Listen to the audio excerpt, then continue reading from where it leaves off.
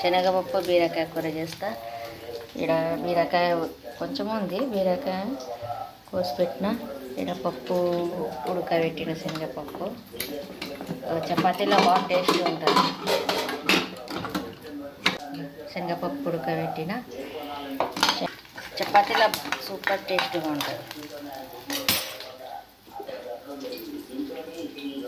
ఇది పచ్చిమిర్చి పేస్ట్ వేయాలి. శనగపప్పు బీరకాయ కూర. కిలో బీరకాయలు తెస్తాం కదా, పావు కిలో మీన ఎక్కువనే ఒక్కసారి కూర చేస్తాం. మళ్ళీ ఇంకా కొంచెం మిగిలితే దాంట్లో శనగపప్పు వేసి ఇంకొక కూర చేస్తాం.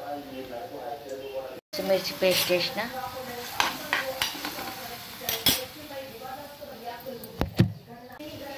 పచ్చిమిర్చి, పసుపు, పచ్చిమిర్చి పేస్ట్, అల్లము, ధనియాల పొడి, ఈ బీరకాయలు వేయాలి. తర్వాత ఉడకబెట్టిన శనగపప్పు వేయాలి. ఉడకబెట్టిన శనగపప్పు నీళ్ళు ఉంటాయి కదా, అది రసంలాగా చేయాలి.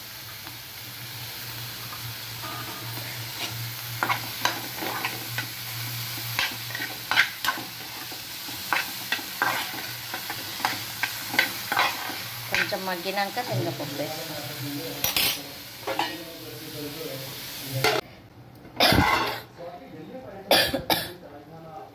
ఆరోగ్యం బాగాలేదు, ఇంకా కుదుట పడలేదు ఇంకా ఆరోగ్యము. ఇది బీరకాయ కొంచెం మగ్గిన తర్వాత బీరకాయ శనగపప్పు కూర.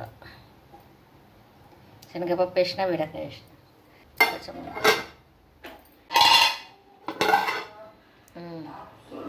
శనగపప్పు బీరకాయ కూర రెడీ. ఇక్కడ అన్నం పెట్టిన, ఇప్పుడు చపాతీ చేస్తాం.